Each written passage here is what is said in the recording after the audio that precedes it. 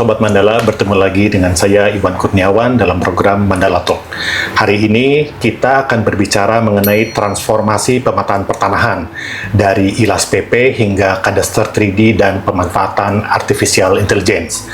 Bersama saya telah hadir Sekretaris Direktorat Jenderal Survei Pemetaan Pertanahan dan Ruang, Bapak Yoga Suwarna.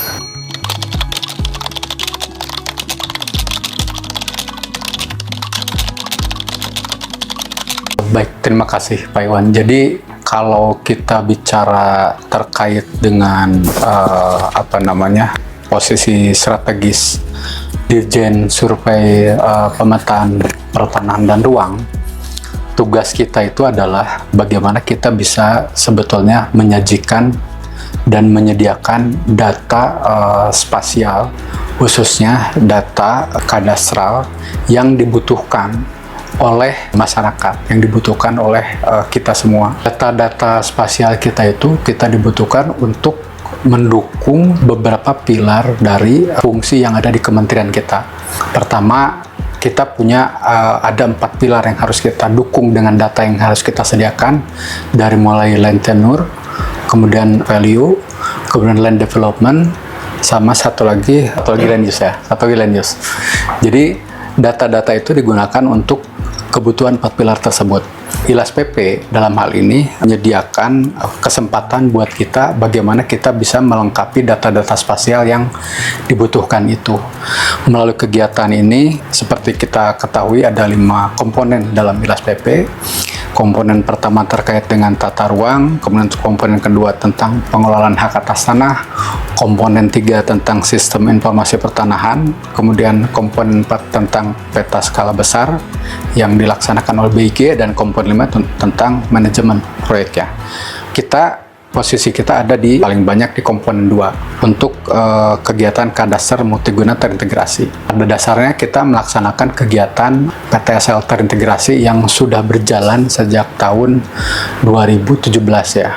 Sekarang kita bagaimana caranya bisa menyelesaikan pendaftaran tanah kita di seluruh Indonesia guna mendukung iklim berusaha dan iklim investasi yang lebih baik.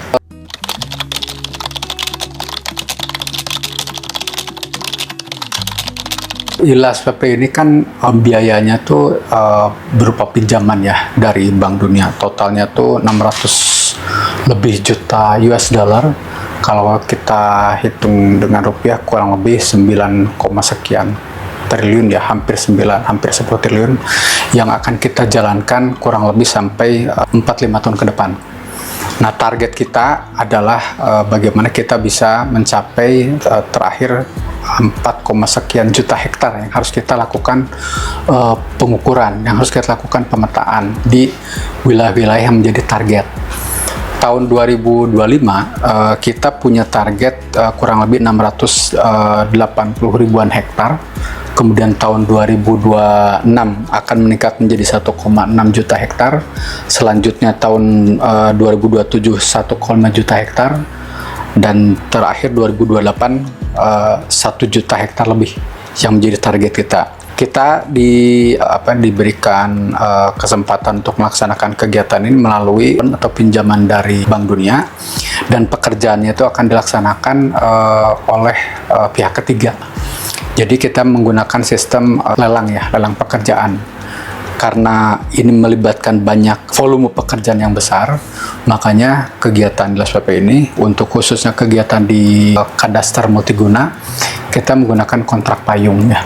Kita merangkum penyedia pelaksana yang memenuhi syarat, yang memenuhi kualifikasi untuk memenuhi pekerjaan PTSL terintegrasi ini.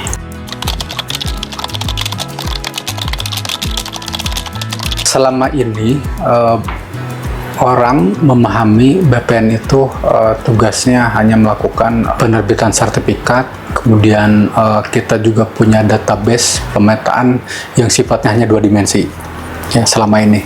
Nah, sekarang kita mulai bergerak maju ke depan, kita mulai mengadopsi kegiatan untuk 3D kadaster. Jadi 3D kadaster tuh bukan semata-mata untuk mengakomodasi hak milik satuan rumah susun gitu ya.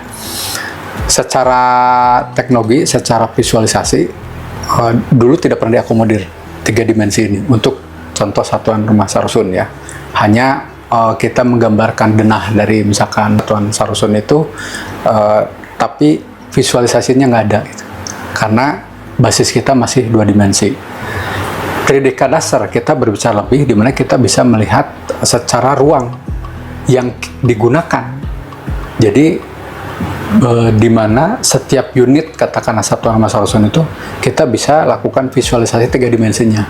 Kalau Bapak punya contohnya apartemen, punya satuan rumah Sarusun, kita tidak lagi melihat secara cuman gambar denah yang ada di sertifikat tersebut, tapi kita bisa lihat secara 3 dimensi. Oh, saya ada di lantai 5 misalkan, saya di blok sekian, itu nanti kelihatan secara visual, dan itu sudah bisa kita akses, kita lihat sampel yang kita jadikan project itu di platform kita Bumi ATR BPN Go ID.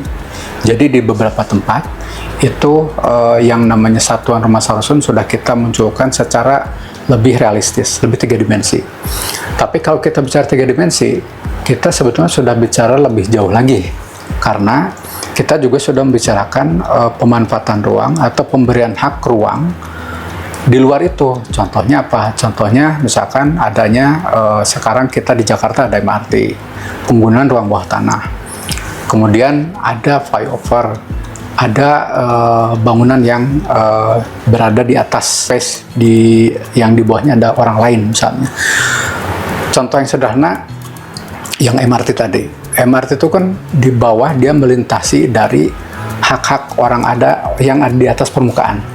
Nah, kita harus atur bahwa sekarang si pemegang hak yang di atas permukaan, apakah dia mempunyai hak sampai ke 8 tertentu atau seperti apa. Di Jakarta sudah diatur sampai 30 meter hak yang bisa mereka manfaatkan.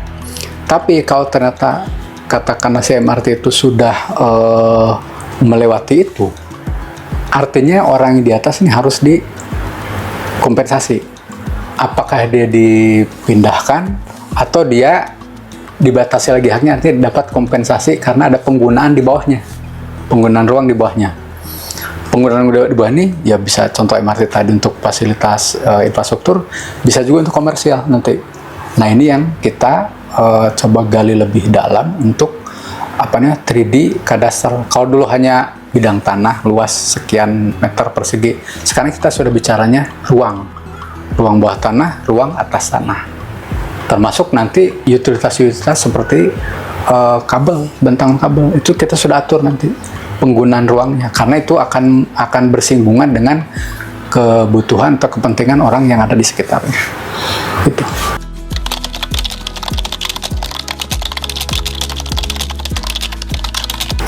Kalau kita bicara teknologi kan setiap saat berkembang, ya. Setiap saat itu ada improvement gitu ya.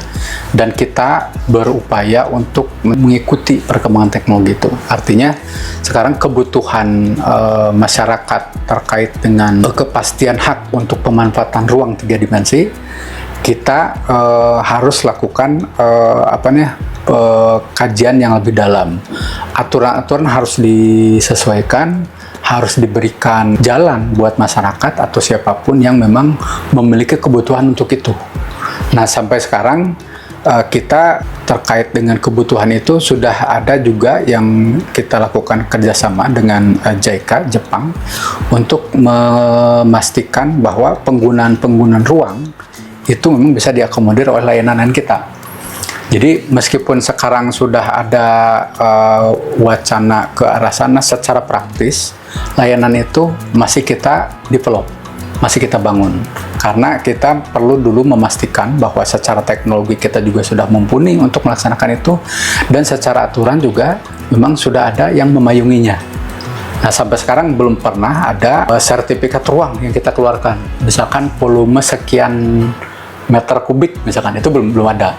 Karena konsepnya kita masih artinya kita masih dalami sampai sejauh mana kebutuhan dari masyarakat ini. Kalau kita belajar dari JICA, dari konsep yang ada di Jepang, mereka membatasi jadi penggunaan ruang itu atau penggunaan ruang di atas tanah atau di bawah tanah, mereka atur. Nah, kita juga perlu melakukan hal itu, karena memang khususnya mungkin di kota-kota besar, hal itu sudah menjadi kebutuhan.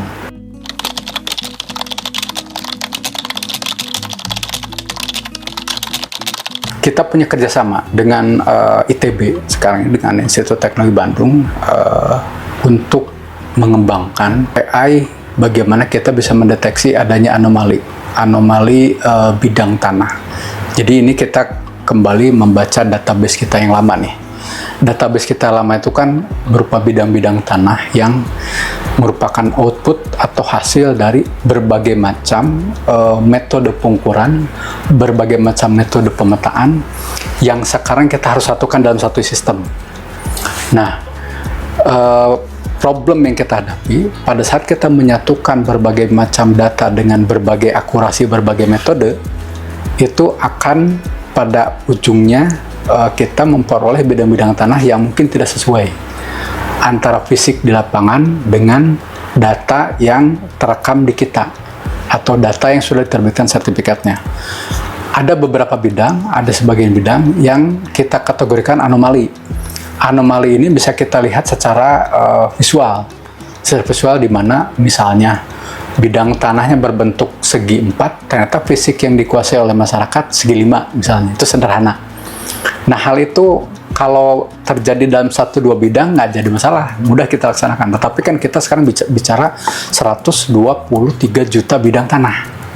Nah, itu kita membutuhkan teknologi untuk mempermudah pekerjaan kita. Nah, AI inilah yang dikembangkan oleh ITB untuk bagaimana bisa membantu kita mendeteksi anomali-anomali itu. Di mana bidang tanah yang secara visualisasi berbeda bentuknya di sertifikat dengan yang ada di foto udara misalnya, atau citra satelit. Tetapi ITB lebih fokus di foto udara ya, karena lebih detail dan lebih bagus kualitasnya. Nah, bagaimana kita bisa mendapatkan identifikasi itu lebih mudah, lebih cepat menggunakan AI ini. Begitu kita memperoleh informasi anomali bidang tanah tersebut, kita sudah bisa melakukan action yang lebih lanjut.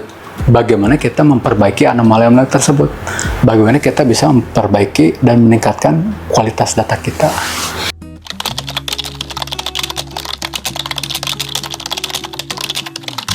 Yang pertama yang harus saya sampaikan bahwa kita ini dari sisi pemerintah, kita punya tanggung jawab untuk melakukan layanan publik kepada masyarakat.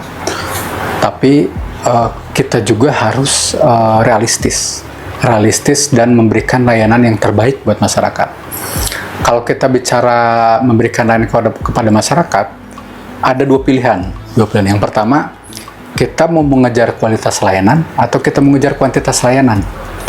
Kalau kita mengejar kuantitas layanan, artinya kita mengabaikan yang satu. Nah, selama ini kita di kementerian, khususnya mungkin di tingkat layanan, di kantor pertanahan, di kabupaten kota, di Kanwil, terlalu menitik beratkan bagaimana mencapai kuantitas. Tidak atau belum sepenuhnya memperhatikan kualitas. Di mana kualitas kita bisa penuhi kalau beban kerja, kapasitas kerja kita sesuai dengan volume pekerjaan kita. Banyak masyarakat mengeluh, Pak, banyak tunggakan pekerjaan yang belum selesai. Saya sudah bermohon 1 tahun nggak jadi, 2 tahun nggak selesai. Akar permasalahan itu karena kapasitas kerja yang tidak sesuai dengan bebannya. Artinya kita harus mulai berani nih, bahwa mendeklar bahwa ya kapasitas kerja kita 100 volume pekerjaan, jangan dipaksakan 200 kita mau selesai. Karena kalau 200 itu kita pastikan selesai, saya bisa pastikan itu kualitasnya turun. Karena kapasitasnya cuma 100. Kalau 200 bisa selesai, kualitas pasti turun. Nah, sekarang kita bagaimana sedikit demi sedikit kita perbaiki layanan kita perbaiki SDM kita tingkatkan kapasitas petugas-petugas kita, seperti yang dicanangkan oleh pimpinan kita, khususnya di Dirjen SPPR, bahwa tahun ini adalah tahun integritas. Integritas terhadap data, integritas terhadap SDM. Integritas data berarti kita harus menghasilkan data yang berkualitas. SDM, kita pastikan SDM kita bekerja secara proper, secara kualitas, secara profesional. Jadi jangan memaksakan. Kalau misalkan memang sudah overload, jangan dipaksakan dikerjakan karena itu akan mempengaruhi kualitas data kita. Ujung-ujungnya kualitas data yang jelek tentunya akan memberikan dampak yang berakibat terhadap pelayanan selanjutnya. Nah, kita berharap dengan integritas ini, tahun integritas ini, SDM kita menjadi lebih profesional, data kita juga lebih berintegritas, lebih baik, dampaknya layanan juga akan lebih baik juga kepada masyarakat. Demikian.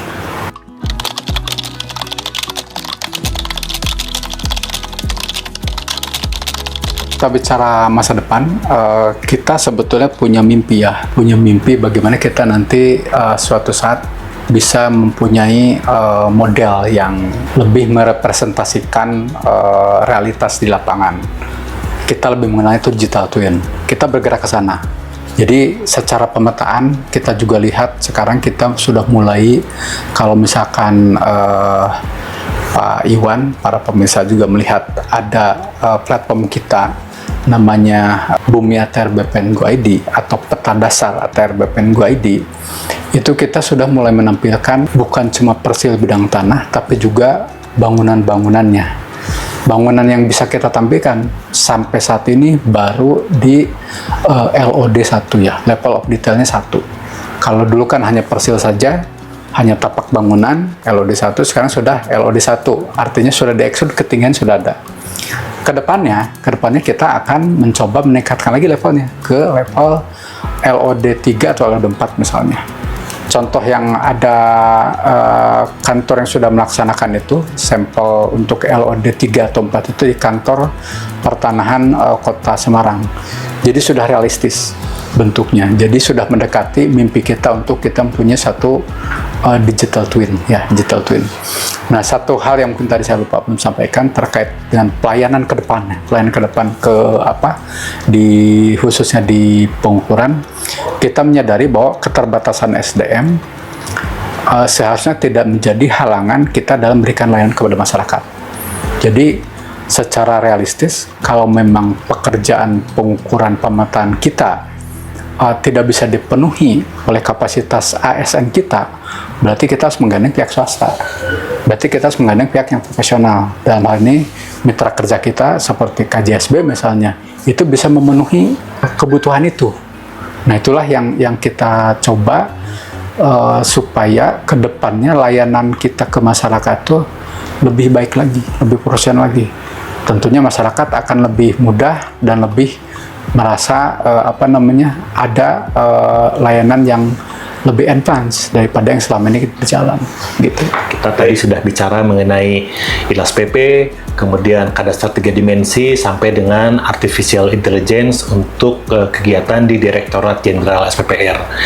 Kami dari Koram Mandala percaya betul bahwa arah transformasi digital yang dilakukan oleh Direktorat Jenderal SPPR ini bukan hanya sebatas administratif, tetapi juga visioner selaras dengan perkembangan teknologi. Pemirsa, demikian wawancara eksklusif kita dengan Sekretaris Direktorat Jenderal Survei dan Pemetaan Pertanahan dan Ruang, Bapak Yoga Suwarna. Sampai jumpa di kesempatan berikutnya. Salam.